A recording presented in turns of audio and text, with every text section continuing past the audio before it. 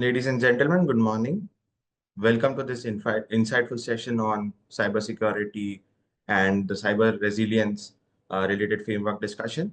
Um, we welcome you on this In.Talks website, in the In.Talks webinar. Basically, here we will discuss the framework, its impact on the gift ecosystem, etc. A quick introduction about us. InCorp is a leading professional services firm specializing into setup, regulatory compliances, taxation, and other kind of advisories. We spread across multiple jurisdictions, including our uh, office in Singapore. Um, we are currently hosting this webinar for the Gift City participations, uh, where we help our clients establish their business, understanding the legal landscape, help them understand the compliances in the IFSC, and also the regulatory frameworks available. Talking about the cyber threats have been evolving at an unprecedented pace and have increased the digital dependency on certain aspects on the technology side, where resilience on the cyber security part is no longer an option. It has become an imperative need of the hour. The financial sector is a primary target for cyber criminals because there's a vast amount of data which is involved, real-time transaction, money movements, interconnected systems, etc. A single breach can disrupt the whole system and also lead to an instability in the entire market.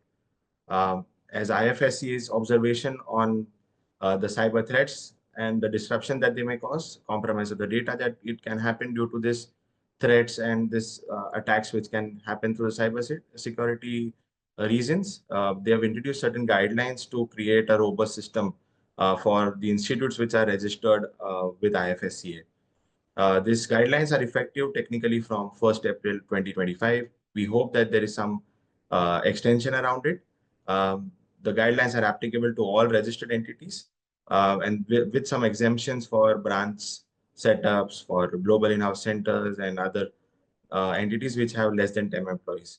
We'll discuss the key points regarding the framework and also how do you look at the framework in perspective of your governance, your frameworks, your third-party risk, communication, awareness, and the audit and the compliances around it.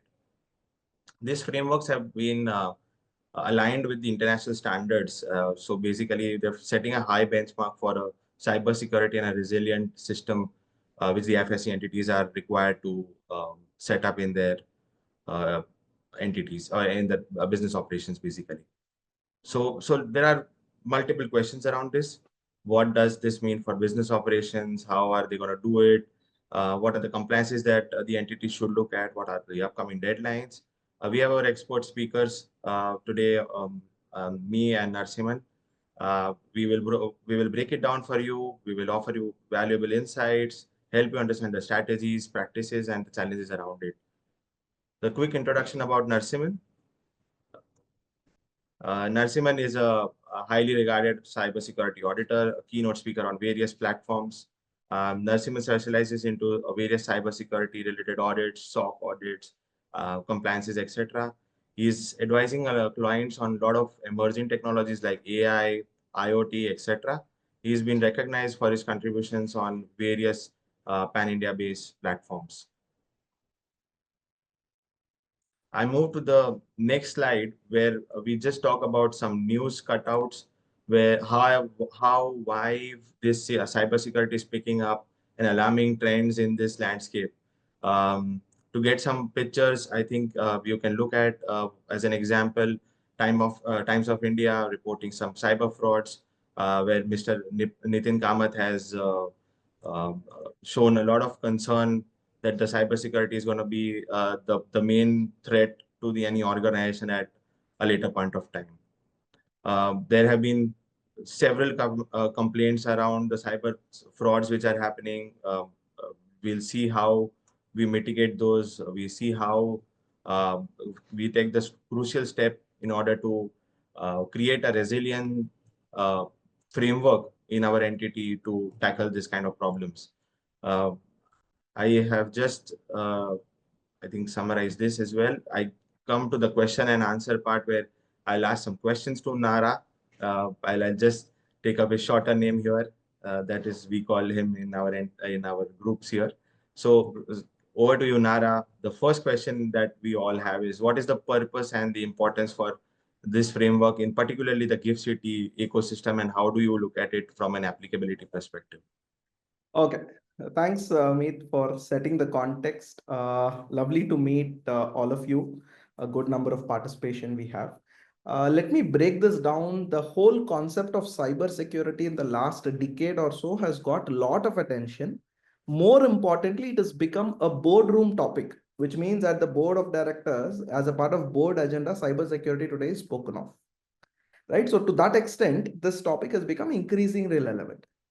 And if you see the last few days or last few years rather, slowly regulators are also started asking, okay, give me something from a cybersecurity perspective, give me something from a policy perspective. How are you monitoring it? Submit some copies of reports. So some of the other things are definitely coming in the last few days.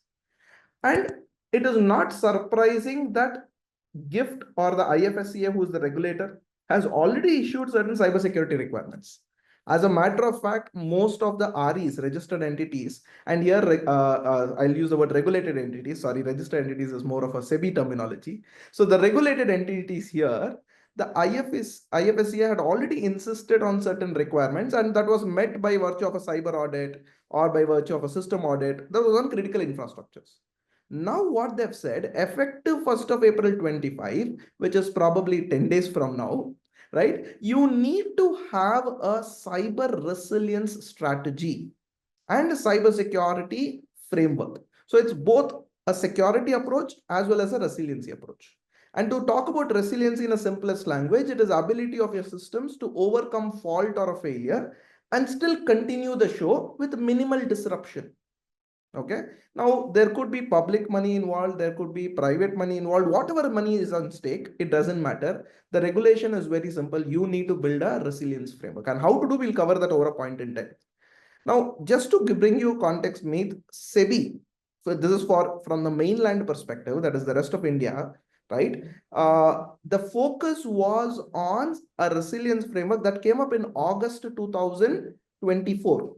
We were expecting, in fact, we were discussing on a jovial note that this might probably even come to Gift City, but I didn't know that it will come probably in the last week of March when people had so many things to accomplish before and with the due date of 1st of April. But be that as it may, this is the first step which they have taken. And to me, it looks like this is something which we have to probably address. If not now, probably it will become too late. Got it. And I think SEBI gave a lot of time, buffers, etc. But I think IFSC has been strict IFSC on has this. not been given that, unfortunately. But again, they may have their justification saying many of them are already entities in the mainland and then having a branch Correct. subsidiary, etc. But okay, we'll take that as it comes. Correct. And I think prayers should be heard about the extension on this. But in any case, we move on to the discussion part, and we understand what kind of exemptions or conditions are there for certain exemptions for certain entities. So I touched Correct. upon some Sure. limits here and there, but I just want to hear it from the horse's mouth on this. Sure. So first and foremost, the regulation uses the word all regulated entities, full stop. So don't think that, okay, I will probably be given the exemption. By default, all regulated entities are asked to adhere to it. Point number one. Point number two, they have said that following entities I'll give an exemption, but very, very, very, very important me is that these exemptions are subject to conditions, which we'll cover in the next slide. So don't think that I have employees less than 10, which you're seeing on the slide. Therefore, I'm exempt. And I know, as a matter of fact, a good number of entities within GIFT are actually having less than 10 employees because the operation size is fairly small, right? And of course, you have people on the mainland helping and supporting. The technical support comes from the mainland, a lot of things. So the first thing is any entity operating in the form of a branch. Now, we'll just cover the previous one on the scenarios and then come into the conditions. If an entity is operating in the form of a branch of a regulated entity or a foreign entity, then point number one, you're entitled for an exemption. Or you have set up as a GIC, Global In-House Center, right? Or those who are having less than 10 employees, or the last case, foreign universities, right? I understand a few foreign universities are there. These cases, you will get the exemption. But as I said, Meet, this is subject to multiple conditions.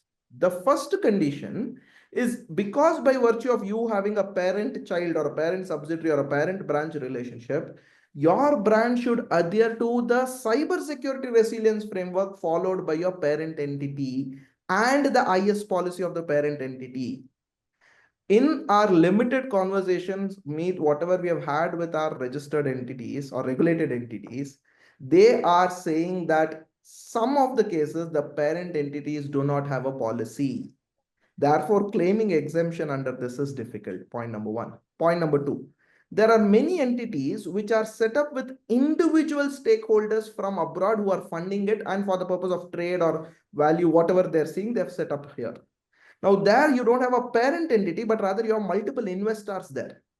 Even in such case, getting exemption under this framework will become very difficult because who is your parent entity? You don't have a parent entity. There are multiple individuals who have actually funded you. Okay.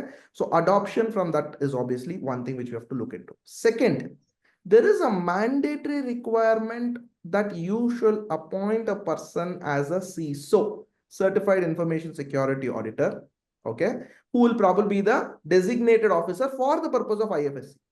Now they have said the parent entity's CISO becomes the designated officer for this purpose of this exemption. In other words, IFSC tomorrow can question the parent entity of your organization, who is probably in UK, US, or even on the mainland. That CISO would be held accountable even for the IFSC process. So please be aware of that. Now, if the parent entity is in India or overseas, right, the expectation is that the parent entity must be regulated by a financial sector regulator. It could be RBI or the respective home jurisdiction. And more importantly, they expect that you need to have explicitly defined that there should be IFS, that there should be a resilience framework defined by the parent entity. So for all practical purposes, you can understand in a simplest language, if the parent entity is having all of these exemptions or all of these elements, then you over here get to enjoy. Otherwise, it is not possible, right? So it's I know I gave you some bit of a relaxation in that particular slide, but I'm taking away most of those joy by giving you the conditions or exemptions. And last but not the least, there is also within the period of 90 days, you need to submit some of these reports, certifications, etc. And this is from the end of each financial year. So end of financial year, 90 days, you need to make a submission. As far as this is concerned, this is an additional requirement. So we are tricked here. Somewhere reading the first paragraph, we'll find that, okay, we have less than 10 employees. We don't have to worry about this, but there are a lot of pre-conditions, post-conditions around it. So tricky. And again, this opens the Pandora box. When you're taking help from your parent entity, there are transfer pricing and arm's length issues that we need to examine at the parallel point. So very, very critical. So now coming to, if this guidelines are applicable, what are the key components that we should look at? What is the next to do for the entities here, basically in GIFT? So if you look into the framework, it basically has about 4 or 5 broad pillars. The first pillar is the element of governance. And they use the word oversight body because it is not possible to have a board of directors everywhere because the formation structure is slightly subjective, right? You need not have every time a private limited company or a listed company or whatever. So they say the oversight body, which consists of the CXOs, I leave that X to be whatever you want to, right? The CEO, CFO, whatever it is. These set of stakeholders shall form a governance committee, and they've given some more detailed framework, which maybe depending on time, we'll probably look into it. Second, they've said that you need to develop or have what is called as a CSCR framework, Cybersecurity, Cyber Resilience Framework. And this requires you to do a comprehensive assessment of the cybersecurity to make sure that your confidentiality of data is taken care, your integrity of data. Integrity basically refers to no unauthorized modification of data, right? You are taking care of that, and availability of your systems are taken care. And this is another requirement. Third is a very interesting challenge everywhere people are facing, and today there's becoming an increasing need. Your vendors who are providing services, it could be starting from your internet connectivity to those who are you have subscribed to certain SaaS software solutions, or maybe you have taken some custom built solution. All of them should be subject to some sort of a third party verification and check. It could mean that how are their security practices? Are they having incident reporting mechanisms? How are they adhering to the guidelines, etc.? In other words, it goes beyond you. It goes even to your vendors. The fourth is something to do with awareness, and this involves periodically training your employees pertaining to cybersecurity, right? Make sure that they are well aware of these elements. And last but not the least, audit component, you have to make sure on an annual basis, within 90 days, an external auditor who is either a certain empaneled or people like us who have the qualification of CISA, etc., are coming and auditing you, and within 90 days, that is basically by end of June, effectively like June 30th, whatever, because there is 31 30 days, whatever. So within that 90 days, make sure you are submitting this, and the first report will be required to be submitted in 2026 because the regulation is applicable only now. Got it. Now that we have covered the broader points, I think we should start looking at these points in details and how the guidelines are interplaying with this. So my next question would be, what is the role of the governance in this context of the whole framework? We touched upon that we need a board. How do we prepare it? How do we go about it is my next question to you. Okay. So what they've said is, interestingly, they didn't use the word board of directors always. They used this word called as oversight body. An oversight body, we basically say it could be the managing director, it could be the CEO, CISO, CTO, or even a designated committee, but they say that those charged with governance. In simple language, these are the people who are directing your organization, as simple as that, right? And they should have some amount of expertise on risk, including understanding of cyber risk, right? And this because if I don't have a fundamental understanding of cyber risk and these elements, I may probably not be able to do justice to the requirements over here. And they've said for the first time, RE shall appoint a CISO. Okay, now you can appoint somebody fresh or you can designate somebody for the purpose of this circular, or a senior management or an employee, whoever it is, as a designated officer. His or her responsibility to shall be including assessing risk, identifying those, doing a quarterly monitoring of risks, right? Doing preparing risk registers, updating, there's a lot of paperwork or in compliance work or a procedural work which is required. And then comes whether your cybersecurity resilience framework, whatever we are going to discuss next, the entire framework, is it within my overall risk management exercise? Right? So it says that you need to integrate cyber risk management along with your overall organization's risk management strategy, right? And I think some of them have also said that there is a risk management requirement under other framework, not this particular one which is published. So you need to make sure that there is correlation between the cyber framework and the overall risk framework. So that's on governance. Got it. I think we touched upon something on information security policy. Probably my next question would be, how do we look at it? What are the scopes? What are the coverage areas? So it is mandatory to prepare two things. One is a cyber resilience policy, and second is an information security policy. And they have mentioned that you can have some of these elements compulsory written over here. Meet, let me remind you that just because it is policy, please do not go to ChatGPT, right? And people get a policy. I'm sorry. We have noticed how ChatGPT policies are, right? I would probably not give full credit to it because what happens is many a times the context is lacking.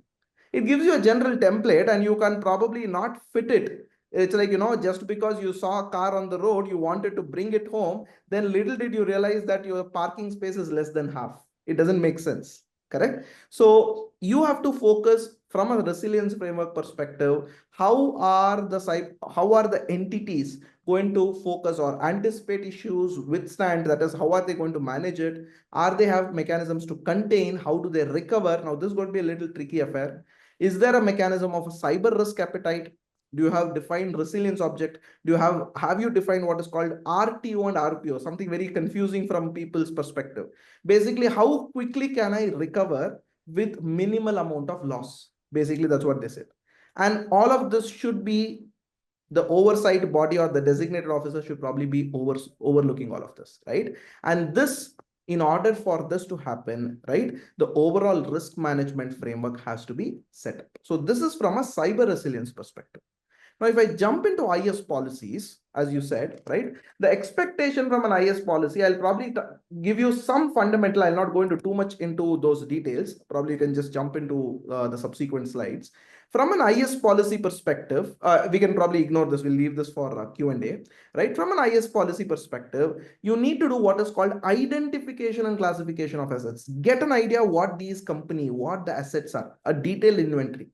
And you need to do a risk assessment for each of them. A simple example, you may have a terminal or a server within the gift city, which is probably connected to the exchange, which is performing an activity. And this asset is a very critical asset. So you do a risk assessment in terms of business criticality, data sensitivity, what could happen if it goes wrong, and you give a risk rating. You do a business impact analysis. And what is your fallback procedure? If this fails, do I have an alternate server or a node which can connect? If yes, it can connect, how long does it take for me to connect? If it takes 10 minutes, 15 minutes, am I okay with that 15 minutes of downtime? Right? You might say from a technical parlance or from a procedural aspect, I'm okay with the 10 minutes downtime. But today we know in stock market, right? Within 10 minutes, things literally changes, right? The share prices or whatever it is. Then comes the element of protection. How are you adequately protecting it? Your assets, your data to reduce the risk. How are you having access controls? Who is having access? Am I ensuring that the access is restricted only to the needful stakeholders? So those are a first set of requirements from an IS policy perspective. Then comes your physical security. This could mean that your entry barriers into your premises, right? Are you doing a periodical vulnerability penetration testing exercise? Now here, for the first time, they've also insisted that a penetration testing may be required. Many of the RAs from our limited interaction, they're doing a vulnerability exercise because most of these are internally facing, right? They're not having an external facing, therefore a penetration exercise was not felt. But the real question is, this becomes a room for interpretation, right? But the language used by the law or the legal framework is very clear. At least once a year conduct a VAPT. So maybe we may have to probably have a small amount of an enhanced budget over there. Recovery policy procedures, incident management. That is, if I have an incident, how am I reporting? In fact, as a matter of fact, if there are certain incidents, you have to report within 6 hours. There are some requirements as well. We'll probably touch that later. And interestingly, audit trail, they have said that it is mandatory to not only prove that an occurrence of a transaction, but also to prove the business continuity requirements to make sure you're meeting the regulatory or legal obligations, right? And touch wood, something goes wrong. Is there a mechanism where logs are retained so that I can do a forensic related activity? So it is, in fact, if you ask me, very different, very unique, and a new set of requirements. I know it might be a slight overkill for smaller players, but I think we'll have to figure out what is the easiest way to get this compliance get going. Got it. I think SEBI graded a lot of things. Here, there is no grading available, technically saying, from an IFSC perspective. But as a financial services jurisdiction, which attracts international players, I think they have set this benchmark, and I think something which is non-negotiable from their side. We looked at the policy in the last discussion that we did right now. I think how do we do the third party risk management is something that was an interesting point that we were touching base upon in our earlier conversation. But now, what approach should we take? What process we should follow is something that makes up to my next question to you. Okay. Now, from a third party management perspective, just to recollect and refresh your memory, third parties are all your vendors or external parties with whose help you are running the system, right? It could be as simple as your internet service provider to as complicated as provider of your SaaS applications, Office 365, or even some custom application which is built for you, right? Many of them also have these proprietary trading systems. Now, given all of this, I think you need to make sure that you are getting enough requirements or evidence or supporting from them to showcase that they are also adhering to security best practices, right? And they say go for a risk-based approach and periodically review, which means at least once in a year basis, and if required, maybe a little shorter duration, you need to review, identify which are the third parties who are critical, and see whether they have access to your system and probably see that risk related to that, right? Are there any vulnerabilities in the third party systems? Are the third party providing you some audit reports, etc.? And they interestingly have defined that on a 6-month basis, at least they need to report back to you, right? So which means you should have a framework where on once in 6-month basis, you go reach out to them and get back, right? And RE shall also have flexibility in case that frequency should be much lower. You can go ahead because that particular party is not so critical. So you can go ahead and do it. So in a nutshell, it is not only the REs, it is also the ecosystem supporting the RE, which you should probably manage the risk. So our policies have to be drafted very strongly in order to make ourselves very clear about how we are looking at the third party risk. Probably if the dependency is high, the approach would be to look at very tighter Very approach rather agree, than agree with you. relaxing it much. Um, so we also discussed somewhere that there is a communication and an awareness related to cyber security required in the whole ecosystem, because there's not only the board members or the oversight council which is going to be looking into those vendors that we are talking to on day-to-day basis. There are other players or other ground staff which are going to look at it. So how do we go about it? How do we guide the whole entity, the whole ecosystem about this, and then how do we go about it? So they have spoken about two things here. One is a periodical training. And that periodical training, they said on an annual basis, you have to provide. And this should be provided to employees relating to topics of cybersecurity. It should not just be restricted to certain things like phishing, go beyond some of these elements. In fact, as a matter of fact, Meet, we were just contemplating if we should be conducting some of these trainings for these members. It'll be a good, discussion in terms of ideas and thoughts, and make sure that we'll also have an exam for them, because that's only when we'll get to know whether they have actually understood it or not, right? That's anyways on the other side of it. So one part of it is training. The other part of it is a reporting channel. Is there a mechanism for employees, vendors to report if something is suspicious is identified? Now, I'm sure many of them would have heard a concept of a whistleblower mechanism where some fraud would have happened. You want a mechanism to probably, or a system where you are able to communicate. Here it's a little different. Here it is for an employee or probably a vendor or a vendor designate who's working with us to report some sort of a suspicious behavior, a potential cyber incident. So you need to have a reporting mechanism. It could be by way of an email, it could be by way of a ticketing solution, whatever it is, but you need to have those things set up in place, right? So that becomes some of your very essential requirements from a communication and awareness. So anything from a ground staff perspective, just they need to raise some eyebrows at the higher ups or the oversight committee. Probably Correct. this channels and this training would be very helpful. So because a lot of us would not be a tech heavy guy and a tech heavy person personally. So keep your eyes and ears open. If you find something suspicious, just raise the flag.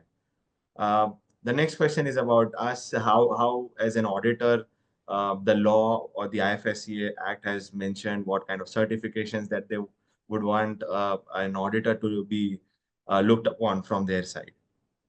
So some of these regulations, people say that you people as auditors only are informing the regulator. That is why these regulations come. So let me be candid. It's not that we are reporting. The regulators are coming with some of these regulations. But what they've said is that the auditor has to be independent, first thing, and give a sense or an assurance of the effectiveness of what the RE's measures are. He will have to evaluate the governance systems. He will have to be audited on a periodical basis. And currently the periodicity is once a year. And who can be an auditor? I've given the list over here, which people can read. A certain empaneled auditor or it could also be an independent auditor who has some of these qualifications, right? And more importantly, he should have some prior experience in conducting some of these cybersecurity audits, right? So that's something which they have insisted. And they've also said that, he shall certify if the security controls are aligned with the risk faced by the RE. Now, this is a very interesting thing, right? So they're expecting the auditor to confirm whether this controls is sufficient enough for the organization to say, okay, if these risk occurs, do I have a mechanism in place? This is something which is very unique. Generally, they say at least give an assessment of what it is, right? But this is going to an extent where you're giving a future proofing, right? Little tricky, but at least to say whether if a reasonable attack like this happens, do you have mechanisms to prevent it? And very interestingly, this is an annual affair, as I said. Within 90 days, you need to submit. We've been speaking about it. In fact, the designated officer also shall submit a declaration within 90 days. We'll discuss the timelines a little later. And that report shall be submitted to the respective division or department, since most of you know that I will not go too much into it. They also say if you want, you can choose a higher frequency of audit. So if you want to do multiple times in a year, which I'm guessing people will not, but I'll give you an example a little later. So that option is also available.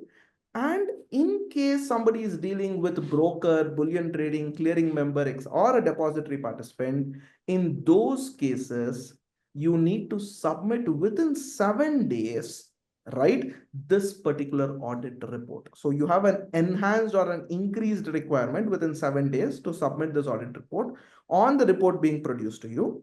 But for rest of them, I think they've given within the overall limit of 90 days. So that hopefully that gives you some clarity in terms of how it works. Now, on the point where I said people may go for a higher frequency of audit, I have noticed me in some of our conversations where they've said, why don't you come and say to us, okay, on a half yearly or a quarterly basis, I'm happy to spend that extra money. Maybe it could be even the 10,000 rupees or 15,000 rupees or whatever the nominal rate. I am okay if I have subject to a quarterly or half yearly audit, because I don't want the issues to come up at the end of the year. End of the year. I have some sense of assessment in between, right? Because many a times, assuming we implement all of this in, let's say, between now and April, now, after 11 months, we are going to come back and say we are going to audit you. It's going to be fairly a longer gestation period. And generally, our tendency is that, what is not subject to introspection might probably miss the oversight requirement. So therefore, that is where the shorter frequency, it could be an informal or a formal setup. But this is something which, I just thought we should probably mention here. Right. I think the broker dealers in specific had something on the cybersecurity audit part or a system audit part, probably hence the tighter deadlines. I think others may take a back seat and just look at it from a 90 days from a year-end perspective. Going into the timelines quickly, so I'll check with you, how does the timeline look, what events needs to be completed at what time period. Okay. So what I've done is I've attempted to create a small table. Okay. So first timeline is, when is this effective? 1st of April 2025. So you don't have any other option, right? A VAPT is required to be done at least once a year. Critical service providers, mandatorily once in 6 months, you need to do a review. Other third parties, the RE can decide. And critical could be, some infra providers, internet providers, whatever it is, right? Auditing, again, audit of governance systems and process on a periodical basis, at least once a year. Submission, we spoke about 90 days. In case of brokers or other stakeholders, right, which is bullion exchange, etc., within 7 days. And very interesting, cyber incident within 6 hours. In fact, they use the word not later than 6 hours from the time you detect the incident, which means you identified an incident, some issue, some attack, something has happened. Within 6 hours, you need to do it. The major reason why I'm telling you, don't think it as an obligation. If this incident is affecting other entities within the gift setup, right? If somebody is doing a targeted attack because of state-sponsored attack, and today cybersecurity, a lot of nuances are happening. In those cases, within 6 hours, if you're informing the exchange or the IFSC, they will in turn further disseminate this information. Okay, we are getting some complaints from some of them saying these are the IPs where attacks are taking place. Please make sure you're blacklisting them or whatever it is, right? So those are just some set of examples for you, just to give some idea. So that's first set of timelines. I think I have another short slide. Will just give you some of the other information. Submission of the report should happen within 3 days of the initial report. This is in case an interim report on an incident is given, right? So you just submit, and within 3 days you need to give an other update. Within 30 days of the initial report, you need to submit a root cause analysis. Mitigation steps within 7 days of detection, you'll have to figure that out. And if you are an exempt RE, right, within 90 days of the end of the financial year, give a declaration that you're following all of this. And there is this, by the way, that exemption is also not a universal exemption. That exemption is only for 3 years from the date of issuance. Probably, I think I missed mentioning that, but I've added it in the timeline. And last but not the least, when do I periodically review? It is again not clearly defined. They say just use the word periodically to ensure the relevance, but I think at least on a yearly basis, the policies have to be relooked into. So we are clear on the timelines that there are shorter timelines, longer timelines, entities which can take some backseat, others need to be very quick in their approach. Now, how do we go about achieving the compliance angle to this whole framework? Because end of the day, everything boils down to the point that the approach and the compliance steps is something that they would be better off to know in advance as a registered entity. I just thought I will give you some perspectives of how the steps work. Maybe first is to assess what is applicable, what is not applicable for you, which category of registration you have. Second is to understand the exemptions, because many of them might argue that, I have some exemptions. So read both of them and decide, are you really entitled for exemption? And if yes, to what extent? Mind you, even if you have exemption, at the end of 1 year, a declaration from designated officer has to go, and it has to clearly say that I have been following all of this for the last 1 year, right? And you cannot give a false declaration. So please be aware of that. So once you know this, I think we generally advise clients to do get a readiness review done.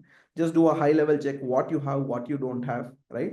And then comes into what is called as the gap identification. Start implementing some of these controls and periodically monitor. And this monitor is nothing but once in 3 months, 6 months, or a yearly basis, depending on how you would want to do it.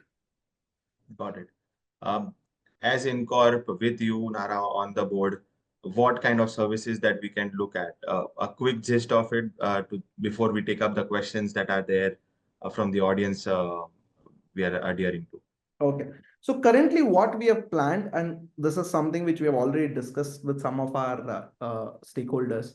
We said that we can do an element of readiness assessment, basically identify requirements, gaps, exemptions, and come up with at least what is your implementation plan, right? So that is something which we can do on a high priority basis.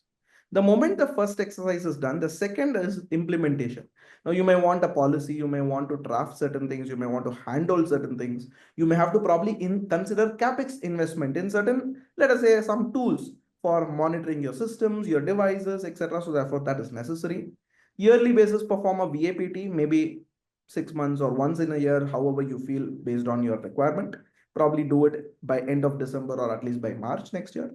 And then periodical monitor at yearly basis, perform an audit, probably see if you want a shorter duration of monitoring, let's say if you want a once in 6 months, right? And not to forget your vendor compliance, that's also critical, right? So your vendors have to be checked, assessed, probably have to have a roadmap. In fact, draft a vendor risk management policy, how you are going to monitor, assess them. So all of those are definitely areas which we will be speaking of. Thank you so much. I think, Nara, we are well within the times allotted to us. Probably we have some time to take up questions. I see a few questions on the Q&A box. I'll take those up. To start with, I see first question from Ms. Mehta. She's saying that, can you provide us the financial year to be considered for the AUM calculation for the type of reporting to be done? I think this is more from a SEBI perspective. In IFSC, we didn't see any AUM, but yeah. So Narasimhan, I think from a SEBI angle, I mean, probably we spoke at it in length yesterday's webinar, so I don't want to be touching that. It's already available on YouTube. But in short, it will be the financial year, April to March, and here it will be considered based on your applicability will be based on the 31st March 24 information. Sure. Just another point that I want to reiterate or repeat. Basically, AUM consideration is not there in the GIFT IFSC framework. So even I if you think have 1,000 crores or 1 crore AUM, it really doesn't matter. GIFT is told that it's mandatory for everybody. even for ancillary service provider, somebody like InCorp would also be required to follow this kind of rules. Yep. We will also have to set some of those for us. Correct. I think then I have some questions from Aditya. He has given me 3 questions. Aditya has mentioned that regarding the exemptions from a perspective of an FME, which is a fund management entity, and a fund scheme, which are both covered under the fund management regulations in IFSC. The question from him is basically the fund management entity has a branch structure where there are less than 10 employees, but the head office has more than 10 employees. Would there be any exemption in those cases? I think that's the first one, and then I move on to the next question once we answer this. Okay, so exemption is available because you have less than 10.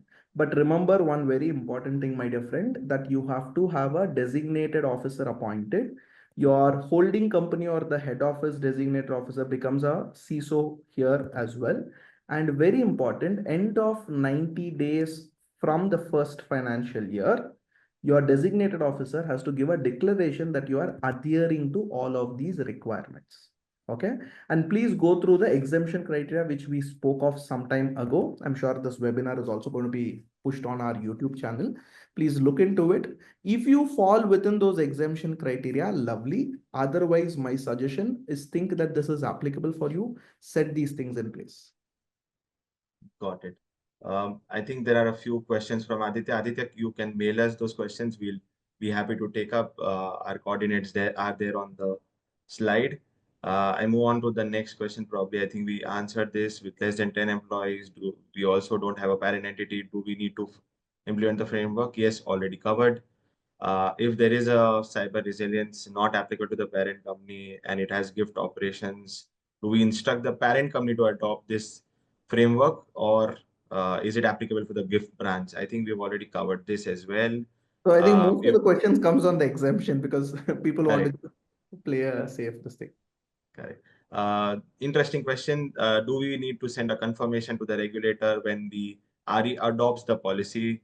I Not at all. think the year-end reporting would be covering those pointers for the regulators. They don't want real-time information, basically. I have a question from There's also some Tejinder. questions pouring on the Q&A. If I could request all of you to ask the questions in the Q&A, it will be better. Yeah, We can track them. right. So I'll take up Q&A questions only now. The RE is availing exemption under the above circular by adopting framework of the parent entity, not the parent, but the ultimate parent. So there are a couple of layers, it seems, from the question. I think it is okay, no, because sometimes you might be having those layers by virtue of tax or other position. But I Correct. think at the end of the day, if you're taking the ultimate parent entity's exemption, and if that ultimate parent entity is also subject to regulation at India or elsewhere, that is most important. Got it.